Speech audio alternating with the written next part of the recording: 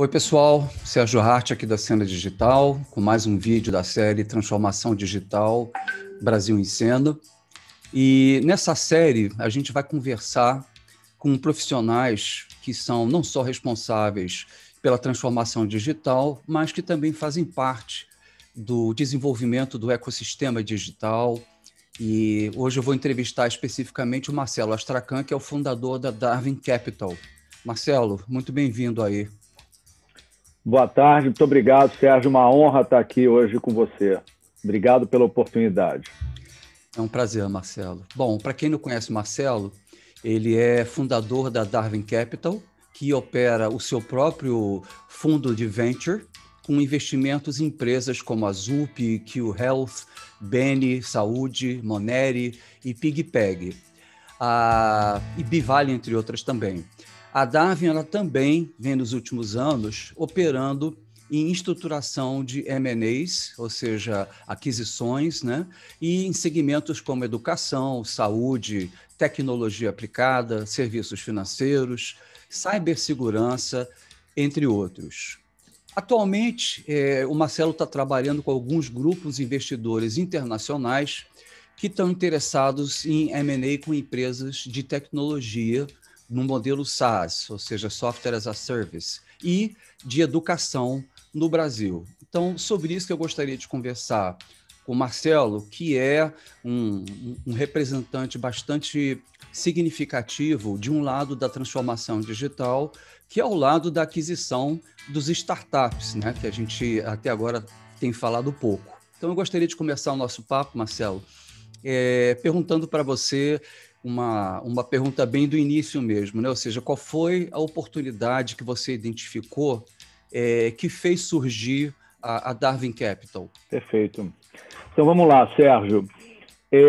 Muito rapidamente, né? Como você também sabe, eu tive uma carreira no mundo executivo inicialmente. Eu fui sócio de uma empresa que a gente começou lá atrás na Arthur Andersen, na Accenture. Participei do IPO dessa empresa. Depois eu tenho um período como executivo principal de grandes empresas de tecnologia. Aí começa a minha fase empreendedora. Eu compro uma empresa, um ciclo que acaba sendo bem sucedido. E aí foi um momento em que eu fui muito ajudado. Na verdade, eu compro uma empresa que valia 8 milhões e ela é vendida 3 vezes, na última vez por 350 milhões de reais. Eu fui muito ajudado. Entendi que eu tinha adquirido uma experiência e eu poderia dar algum retorno. Então, a gênese da Darwin Capital ela veio daí. A questão da oportunidade é que a gente vê todo esse ambiente, né, de startups, de ambiente de tecnologia, etc. Eu tinha uma experiência. A gente começou a estruturar, Sérgio, a forma de operar o negócio, eu diria de uma maneira diferenciada, o que permitiu que a gente começasse a desenvolver determinados projetos e se envolver e adquirir determinadas empresas, participar desses processos, que foi assim, aumentando essa nossa capacidade de identificar boas oportunidades. Então, isso acabou se tornando um negócio de vulto, quer dizer, a gente está no nosso 4º ano. Eu devo ser hoje, eu não consigo te comprovar em termos com algum documento ou uma pesquisa, mas a gente sabe pelo contato mercado, pelos nossos pares, eu devo ser hoje a maior operação de M&A, né, de fusões e aquisições, independente do Rio de Janeiro, pelo critério de quantidade de contratos, não por volume de negócio. Então a gente acha que a gente construiu um modelo que permitiu ao mesmo tempo que a gente pudesse dar essa retribuição, que era a ideia inicial, só que aí de forma positiva e até surpreendente a gente começou a perceber, opa, aqui tem negócio. Aqui tem uma oportunidade. E aí as coisas começaram a acontecer de forma concreta. Legal. E qual é o modelo de negócio que você usa, né? E como é que ele se difere das demais empresas de M&A? Perfeito. Então vamos começar na parte de M&A. Né? Lembrando, M&A, Mergers and Acquisitions, o termo em inglês de fusões e aquisições. A principal diferença, Sérgio, é a seguinte, e aqui eu não estou fazendo juízo de valor dizendo que a nossa forma é melhor. A nossa forma, como você bem colocou, ela é diferente. E a diferença vem, o modelo clássico de M&A, é um modelo que é realizado em 98% ou 99% dos casos, é um modelo que tem determinadas características. E até para te exemplificar, vamos supor que a Cena Digital, uma empresa que cresceu, e você me procura para eu vender, ajudar ou a vendê-la ou adquirir, buscar recursos para ela. Você iria assinar um contrato comigo, ia me dar um mandato, eu ia preparar o que a gente chama de um deck, com as principais características da Cena Digital, seus diferenciais, suas competências, ia preparar um valuation, ia discutir com você e seu sócio, se fosse o caso, uma narrativa estratégica para levar ao mercado, para fazer o roadshow. Qual foi a constatação que a gente teve, Sérgio? Que essas empresas que a gente visita, né, só começam a avaliar a hipótese de investir ou adquirir a Cena Digital, estamos falando aqui em termos hipotéticos, depois da minha visita. O que faz com que esses processos sejam invariavelmente lentos, custosos, desgastantes e com uma taxa de sucesso mais baixa. E qual foi o insight que a gente teve? Eu mapear os processos, os grupos econômicos que já tomaram a decisão de investir em determinados segmentos de negócio e eu vou atrás dos alvos. Ou seja, eu só trabalho quando eu já tenho um investidor mapeado. Eu não tenho contrato com ele, meu contrato é com a empresa que quer ser vendida, mas eu os conheço. Eu comecei com uma vertical dessa forma, que era a vertical na área de serviços contábeis, para você ter uma ideia. Hoje eu tenho 12 verticais, que passam por corretores de seguros, educação, né, escolas e universidades, hospitais, clínicas de oftalmologia, na área de tecnologia, que é a nossa, empresas de RP, de CRM, cybersecurity, automação industrial, software as a service. Então, em cada um deles, eu tenho investidores. Por exemplo, na área de educação, eu tenho 4 investidores. Na área de hospitais, eu tenho 3. Não é que eu tenho, eu conheço, eu sei que eles existem. E hoje eles conhecem a Darwin Capital, então eles sabem que a gente já leva para eles empresas mais trabalhadas. Então, foi isso que acabou fazendo com que a gente crescesse muito. Você estabeleceu uma espécie de ecossistema onde você tem muito bem guardados, né, a sua demanda, né, por empresas, né? E com isso você vai com mais tranquilidade, então, buscar a oferta das empresas, né?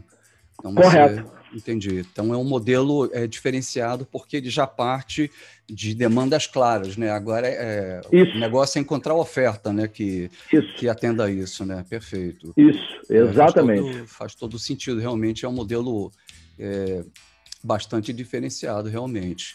E aí acaba que a gente, desculpa aqui, mas acaba que mesmo que você quisesse me contratar, me pagando até mais do que eu receberia, se eu não tiver um investidor mapeado, eu não assino esse contrato. Funciona como se fosse uma plataforma, né? Que você tem de um lado a oferta, do outro lado a demanda, você procura garantir essa demanda, né? Ou seja, você procura garantir o teu cliente e é mais fácil com isso, então, você buscar as ofertas existentes, né? Quais seriam os critérios que você usa para decidir sobre investir ou captar recurso para um determinado startup? Bom, na startup, e essa tua pergunta é muito boa, já muda completamente o cenário.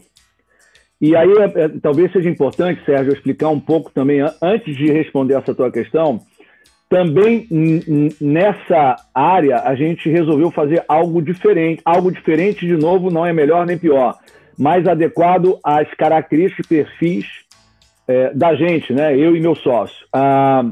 E o que foi isso? Primeira definição importante que a gente tomou é que a gente não faz aquele famoso spray and pray, né? De você investir em vários ativos diferentes, várias startups, né? Do termo em inglês spray, espalhar, e o pray de rezar para que o empreendedor seja bom e que as coisas deem certo. A gente entendeu que a gente tinha uma experiência, tanto eu como meu sócio, que é o João Luiz Nogueira, e que uma experiência como executivos, a gente tomou decisões, a gente teve uma experiência prática e a gente entendia que isso poderia ser um ativo com quem a gente trabalhasse. Então, por definição, o meu portfólio tinha que ser enxuto. poucas empresas. Hoje o nosso portfólio tem 7 empresas. Né? Quando você for ver por aí, tem fundos que tem 30, 49, 55, 70 e às vezes até mais. Temos 7. Em mais um mês eu devo estar anunciando o 8º, que a gente acabou de tomar essa decisão de fazer mais um aporte. E mesmo assim, para você ter uma ideia, apesar de termos poucas empresas em tese, a gente já pode anunciar que dentre esses 8, existem 2 que já são unicórnios em padrão monetário do Brasil, ou seja, valem mais do que R$1 bi. Posto isso que eu acabei de explicar, a gente sim temos uma regra de se eu vou tomar a decisão ou não de seguir adiante na análise de uma determinada startup. Isso não significa, Sérgio, que eu vá investir, mas ela passa por um crivo que é muito rigoroso. Porque você pode imaginar, isso não é só no meu caso, chega-se muitos casos, muitas empresas, pessoas conhecidas ou não, grupos de WhatsApp que a gente faz parte e etc., apresentando casos para você. A gente tem que adotar um critério, porque senão a gente vai passar o dia, o mês inteiro só analisando empresas. Tem que ter algo que faz com que a gente tome a decisão. Essa grande parte, né? Não.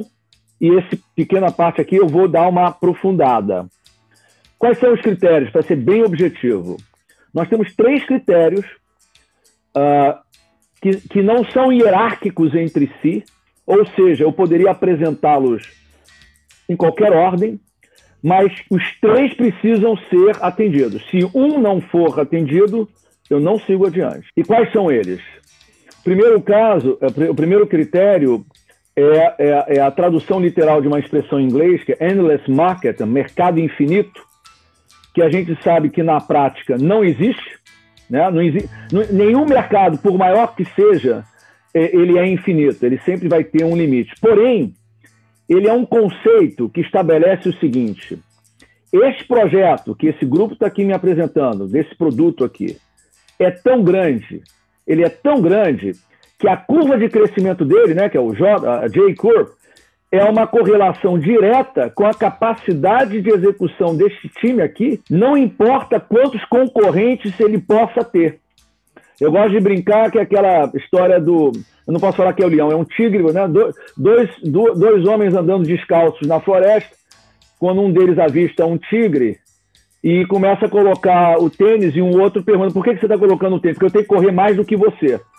Na prática, o que isso significa, Sérgio? Nós não entramos nem em mercados maduros, nem em mercados nichados. Isso não significa que esses mercados não sejam bons e que você não possa ganhar dinheiro com eles. Mas a questão aqui é outra, é que nós não vamos ter tantas condições de contribuir nestes casos como a gente tem em outros, que a gente tem mais condições, que a gente tem mais capacidade. O segundo critério é esse projeto, essa startup, esse produto, tem uma unicidade tal, tem um diferencial tão evidente que me permite construir uma narrativa que vai ser atraente tanto para o seu mercado comprador quanto para os potenciais investidores. E modéstia à parte, se eu tivesse que te dizer algo que a Darwin Capital realmente faz muito bem, é exatamente a construção destas narrativas. E o terceiro critério é o time. E aqui não é só currículos, é óbvio que isso é importante, experiência, mas são determinadas características que fazem, e você com uma certa experiência consegue identificar isso, que fazem com que sejam pessoas flexíveis, que percebem a dinâmica do mercado, daquilo que eles propuseram, sabem mudar, sabem voltar atrás, fazer um recuo estratégico, ou, na linguagem do ambiente de startups, sabem pivotar. Pivotar vem de pivô, né? Pivô do basquete, né? Ele distribui. Então, você fez um projeto, fez um business plan, fez um MVP, testou, está tudo ótimo, recebeu recursos e começou a executar. De repente, você começou a perceber dificuldades que você não tinha previsto. Isso é normal. Nenhuma das startups bem-sucedidas, conhecidas do mercado, nenhuma deixou de ter alguma extensão de pivotagem, vamos colocar assim. Ela soube mudar. Porque o negócio, a gente pode eventualmente ajustar, mudar. Agora, quando o empreendedor é teimoso, né, é inflexível, é apegado àquela ideia original dele e não quer mudar, aí isso é complicado. E aí você só vai perceber esse problema 2, 3 anos depois. Então, esses são, assim, fui bem sumário, mas esses seriam os 3 principais critérios. Existem outros também. Ou seja, são critérios também, de certo modo, eliminatórios, né? Você poderia ter 50, mas esses 3 já faz com que você já separe, já tire 80% sobre os 20% ou menos, né? Perfeito. Para que você possa trabalhar em cima. Quando é que uma empresa conclui que ela tem que ir para um modelo não tradicional? Tem um cliente que está querendo comprar um startup. Você, na tua experiência, quando é que a empresa decide, né, que ela quer fazer uma aquisição e quando é que ela conclui que ela precisa ter esse tipo de operação, que ela não consegue fazer isso dentro dela mesma? Você tem experiência? Perfeito. Tenho. A gente tem uma frente de... Isso é o que a gente chama de corporate venture, né? Para variar esses termos em inglês que a gente tem nesse mundo aqui. Corporate venture, que é o venture corporativo, vamos colocar assim. Olha, Sérgio, essa tua pergunta, ela tem uma sofisticação porque... E dá para ver, eu não sei se você viu agora um anúncio, inclusive a gente tem uma página da Darwin Capital no Instagram e a gente está postando hoje o ranking dos bancos que conseguiram captar mais contas no Pix, né? E os 3, 4 primeiros são todos fintechs, Nubank, Mercado Pago, PagSeguro, e os bancões ficaram lá para trás. E está tendo um desconforto enorme em relação a isso. O que acontece?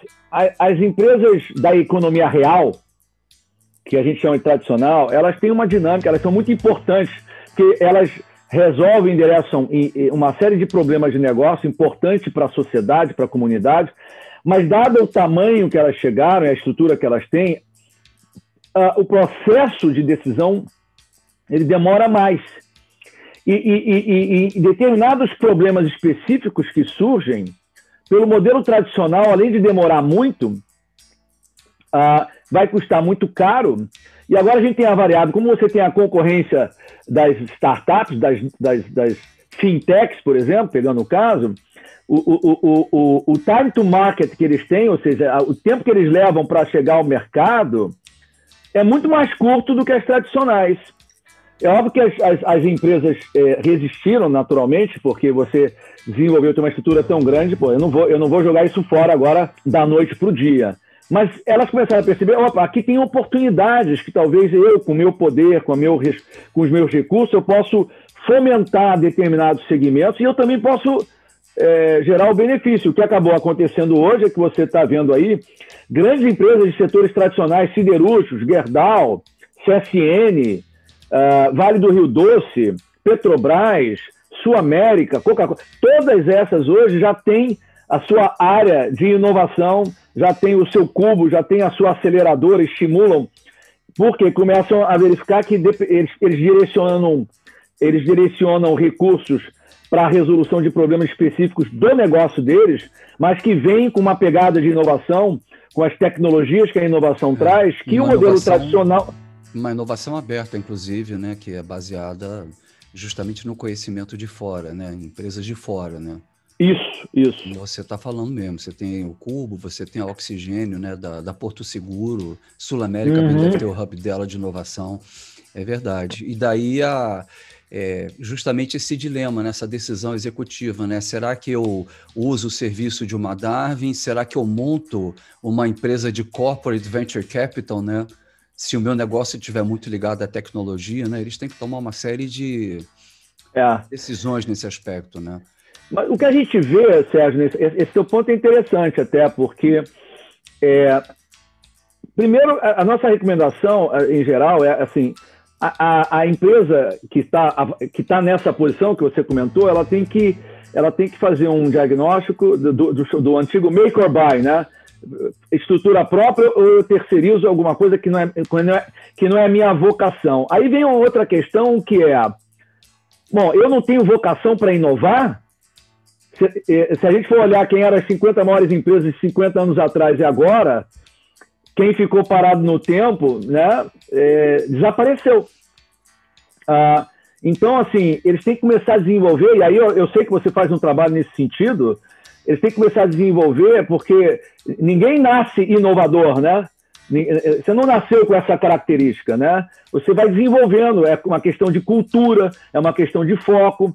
Então, as grandes empresas, eu acho que em geral, estão começando a perceber isso, estão montando essa estrutura, estão trazendo empresas profissionais como você, às vezes nos procuram, porque aqui a gente tem uma pegada um pouco diferente, ou seja, e a gente se envolveu nisso, não posso declinar os nomes, mas um grande grupo financeiro, investidor, que precisava buscar uma solução de consolidação de ativos líquidos e ilíquidos, porque hoje, para quem tem recursos, você tem dinheiro no banco A, B, C, na corretora XYZ, seu dinheiro está espalhado, você tem imóveis, você tem barcos, você tem carros, então, isso é algo que não existe no mercado, e a gente foi procurado exatamente para desenvolver isso, buscar criar uma startup do zero, né?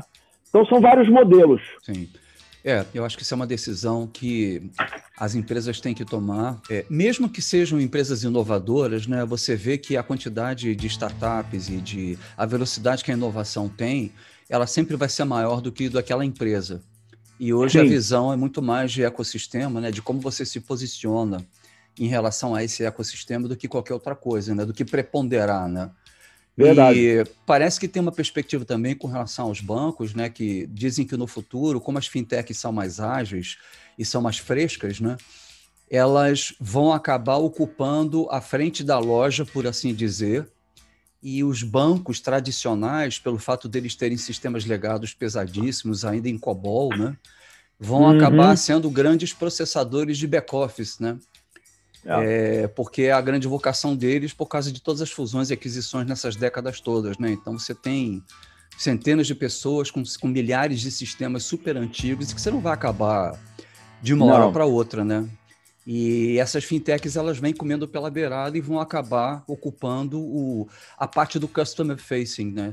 Que mais ágil. Né? Exato. É só você ver, existem as soluções das fintechs. Você vai abrir uma conta num banco tradicional, pode levar um mês, uma série de documentos. Existe uma startup, por exemplo, hoje no mercado chamada Linker, que é um banco digital para pessoas jurídicas, em que você vai abrir essa conta em meia hora, ou nem isso, né? Os processos estão se simplificando, as garantias estão ficando mais flexíveis, então você consegue dar agilidade para a gente, né? Para nós usuários, né? E eu acho que outra também pergunta que se tem, né, que as empresas ficam fazendo, é justamente quando que ela tem que comprar, quando que ela tem que investir ela própria naquilo, né? Ou seja, qual é a fronteira, qual é o critério de decisão que uma empresa tem que usar para saber se ela tem que contratar o serviço, acelerar ou comprar um startup, por exemplo. Você tem várias posturas que você pode ter, né? Na experiência da Darwin, qual é a tua visão sobre isso? Olha, de novo, vamos voltar aqui ao tema anterior. Você vê que em alguns casos, eu tenho que me lembrar agora, mas eu tenho quase certeza, tinha uma startup de serviços desses que você faz em casa, né? Eletricista, chaveiro e tal, ela é do Sul, que eu esqueci o nome agora, enfim, eu não vou me lembrar. E ela se desenvolveu muito exatamente porque ela oferecia um processo, né? Você tem os profissionais especializados aqui, vários deles, tipos aqui, e você tinha nós, que tinha umas demandas, é um problema porque eles precisam de uma demanda recorrente, nós não damos isso sozinhos, então quanto mais melhor. Ao mesmo tempo a gente precisa contratar pessoas confiáveis, com um bom currículo de serviços feitos e que sejam honestas. E essa startup veio, e aí um grupo maior, que se eu não me engano, do setor de material de construção, comprou-os exatamente para poder entrar numa área que eles não tinham essa vocação. Então, é muito provável, Sérgio, que assim, você não vai encontrar uma empresa dessas tradicionais que vai pegar a sua própria área de inovação e vai criar uma startup que mude completamente. Agora, eu conheço, por exemplo, um caso de uma empresa que como eu não sei se eu posso declinar o nome, eu vou preferir não fazê-lo, mas é uma empresa muito grande, um setor importante da economia, que tem milhões de clientes, tem milhares de fornecedores e tem milhares de empregados. E essa empresa, porque tem um executivo, tem que tem uma cabeça inovadora, apesar de estar num ambiente tradicional, vamos colocar assim, ele está criando uma startup no mundo financeiro, onde ele vai promover exatamente a integração desse ecossistema. Em vez de você usar bancos, etc., ele vai criar isso, ele vai ter o benefício, ele depois vai poder expandir. Então, assim, eu não gosto muito dessas definições muito rígidas de que empresa tradicional não inova.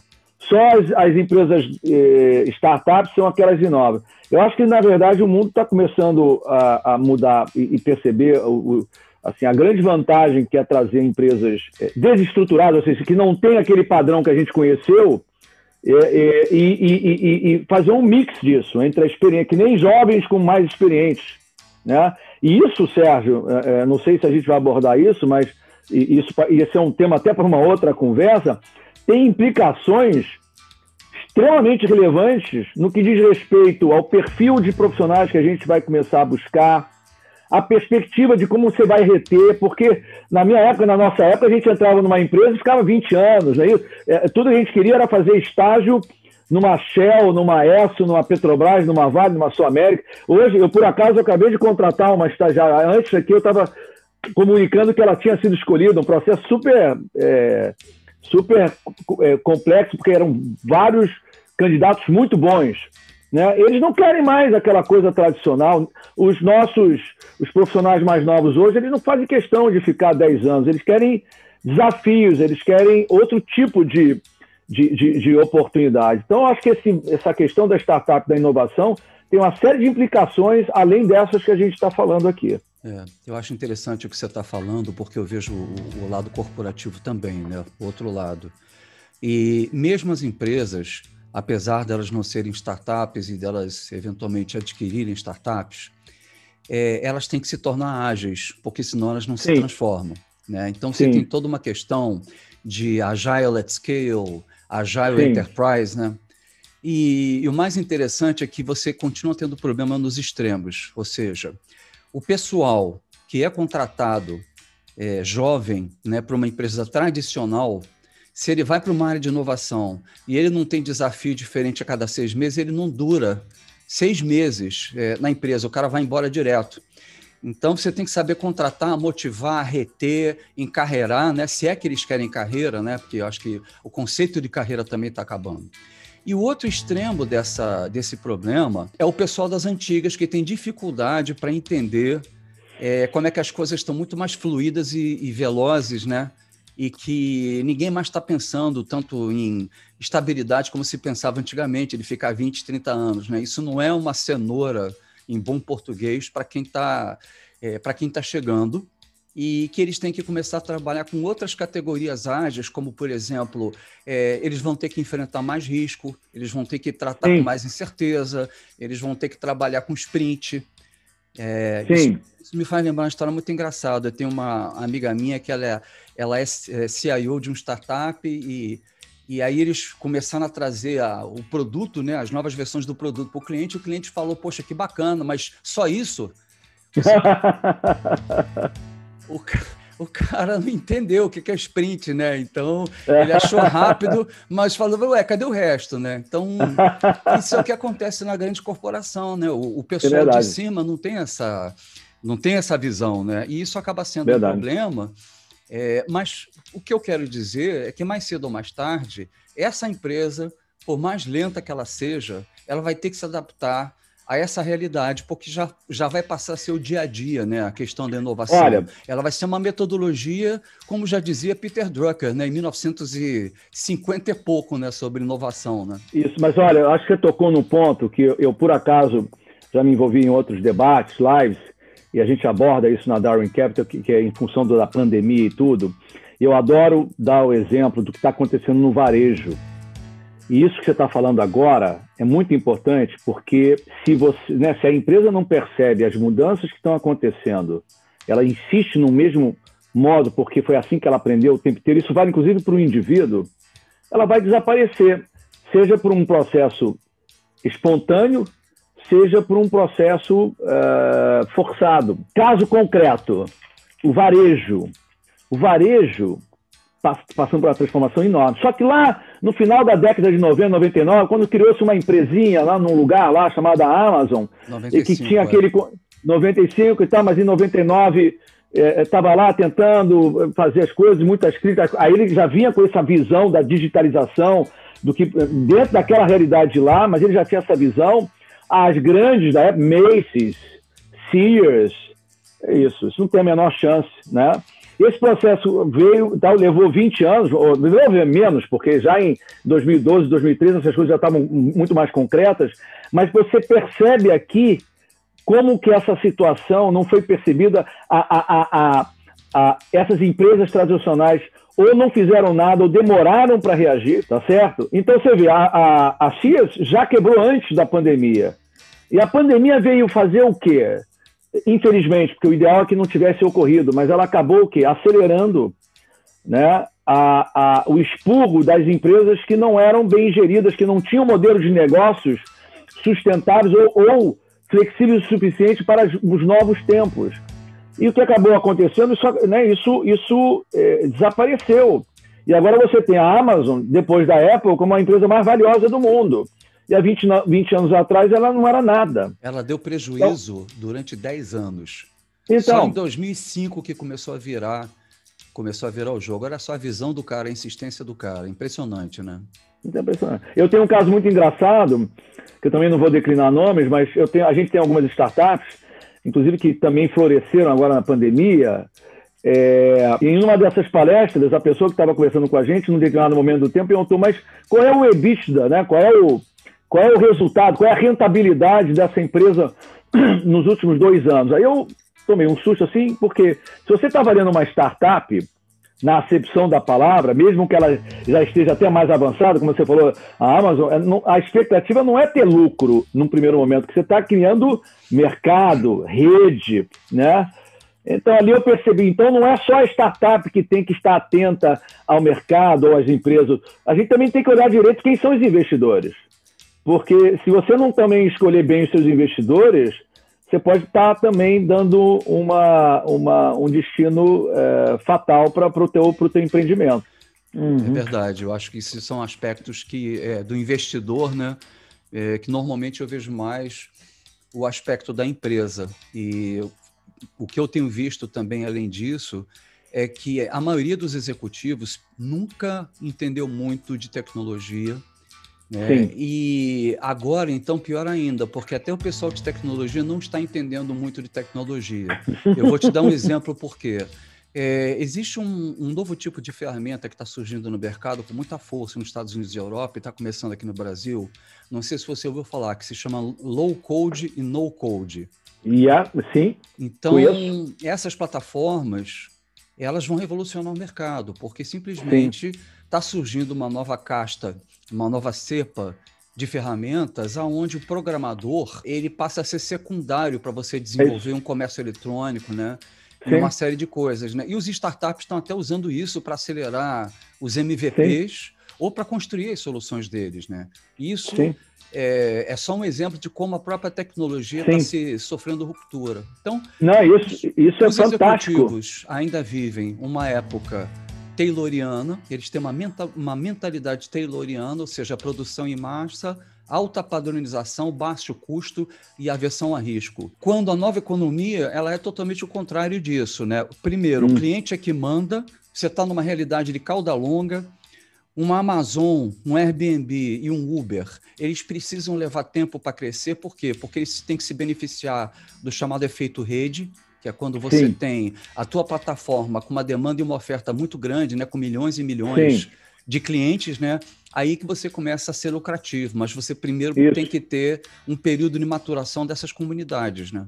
Perfeito. E um executivo tradicional não entende essas regras da nova economia, ele não sabe o que é um efeito rede, o que é uma cauda longa, né? E o efeito que a internet pode criar na possibilidade de você ter estoque infinito das coisas. Você hoje não está mais restrito a uma gôndola física, né? Você pode ter estoque espalhado pelo mundo inteiro, né? Tanto que o Alibaba, acho que é até maior que a Amazon, né? Em entrega de produtos, né?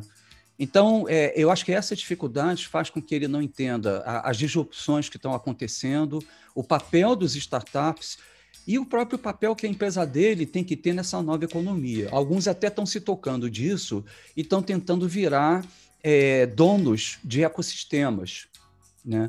Mas poucas realmente estão assumindo esse papel e percebendo essa mudança, né? Tinha uma última pergunta que eu queria te fazer, que era o seguinte, né? Você disse para mim numa conversa antes que tem muita alegoria e pouco enredo nesse mundo de startup. E aí eu queria que você esclarecesse para a gente um pouco mais isso. Olha, na verdade, até para que ninguém vista a carapuça, mas esse é um mundo que a gente está vendo que tem muita competência, tem muita qualificação. Mas como tudo que vira alvoroço, vira um pouco de moda, um pouco de oba-oba, vamos colocar, você tem né? Você entra na internet, você entra no Instagram, você tem uma série de vales, né? Tudo inspirado pelo Vale do Silício, no sentido de desenvolver, o que é bacana de um lado de você desenvolver o empreendedorismo, etc. Mas é uma coisa muito desestruturada. Então, quando eu falo muita alegoria, pouco enredo, é que se você for escutar os venture funds, os fundos que investem em startups, em inovação, você vai escutar um discurso bastante próximo, que a gente entrevistou nesse ano 1.200 empresas e escolhemos 5, escolhemos 7, escolhemos 4. Me impressiona isso, porque assim, é uma quantidade muito grande e a gente sabe que uma parte disso considerável, né, assim, ela não tem nem a condição de estar sendo avaliada.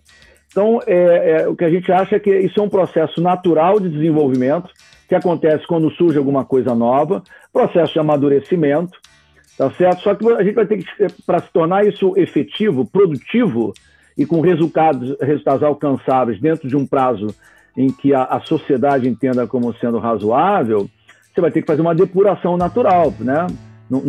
Porque o problema é quando isso se torna a válvula de escape para qualquer coisa que tem. Não, eu vou buscar inovação para fazer coisas que talvez não precisassem de inovação. Ou então, aproveitando, né, eu não falei de todos os nossos critérios, a gente divide as startups em 3 categorias principais, né? A primeira eu vou chamar de as normais, as startups sem nenhuma outra definição. A segunda categoria são aquelas que trazem inovação de um processo já existente. Então, eles buscam, melhoram a eficiência, fazem com que algo realmente fique muito melhor. E a terceira é a categoria em que a startup traz uma ruptura no modelo de negócios conhecido. Vou dar um exemplo. Na terceira categoria, a gente tem, por exemplo, Uber e Airbnb. O Uber, independente dos problemas que eles estão enfrentando agora, porque agora vale 50 bi de dólar, eles trouxeram imagina eu há 15 anos atrás, né, porque eu nem sei quando eu falava há 10 anos, só que o Uber foi criado, sei lá, em 2005, 2006. Se eu tivesse lá em 2004 chegado para você e falar, Sérgio, estou investindo numa startup que basicamente você vai pegar um carro de um desconhecido, um carro que você não sabe de onde vem, porque é um carro comum, e vai te levar para o teu destino. Você ia me chamar de louco, porque não era o padrão conhecido. O Uber não só fez isso, como muito mais, como o Airbnb também fez a mesma coisa dentro do segmento de hospedagem. Tanto o Airbnb como o Airbnb é a maior negócio de hospedagem no mundo e não tem nenhum hotel, nenhum ativo. Da mesma maneira que o Uber é a maior serviço de transporte e não tem nenhum carro. Exatamente. Então, esses são bons exemplos. E tem vários outros que a gente poderia citar. Na realidade, isso é uma característica da nova economia, sabia? É a dissociação do ativo com o valor que ele agrega, né? Isso, é verdade. E a segunda categoria é aquela que melhora. Por exemplo, 99 Táxi, Booking.com, eles né, porque o 99 Táxi começou operando com os táxis, né? Depois com a concorrência está evoluindo, está melhorando, etc. Então, essas são as 2 categorias que nós, na Darwin Capital, a gente se concentra, né? Porque a gente acha que ali tem mais poder de inovação. Agora, pegar uma startup, que ela usa alguma tecnologia de chatbot ou de inteligência artificial, mas para fazer alguma coisa normal, em geral, a gente não investe. Por exemplo, a gente foi recentemente convidados a participar de um investimento de uma empresa que é o inverso do que eu falei do Uber e do Airbnb. Era heavy asset, né? Ou seja, a base dele está em cima de compra de ativos que vai melhorar um serviço. E, por definição, na minha regra, eu não entro nesse tipo de startup. Por maior que pode ser o potencial de ganho que eles possam ter lá na frente. Que, aliás, em geral, não estão tendo, mas mesmo que pudesse ter, a gente não entra. Então, é mais ou menos isso. É verdade. Marcelo, super legal aí o teu depoimento. Eu acho que isso aí é papo aí para a gente ter muitas outras reuniões aí, muitos outros papos, porque é super interessante esse negócio. E queria te agradecer muito aí a tua contribuição. Queria agradecer também o pessoal que tá assistindo a gente aí. Se você não se inscreveu no canal, por favor, se inscreve, aperta o sininho, dá o seu like, enfim, ajuda o nosso canal aí a ter mais divulgação, né, para que a gente possa então continuar trazendo esse conteúdo, né, estratégico digital.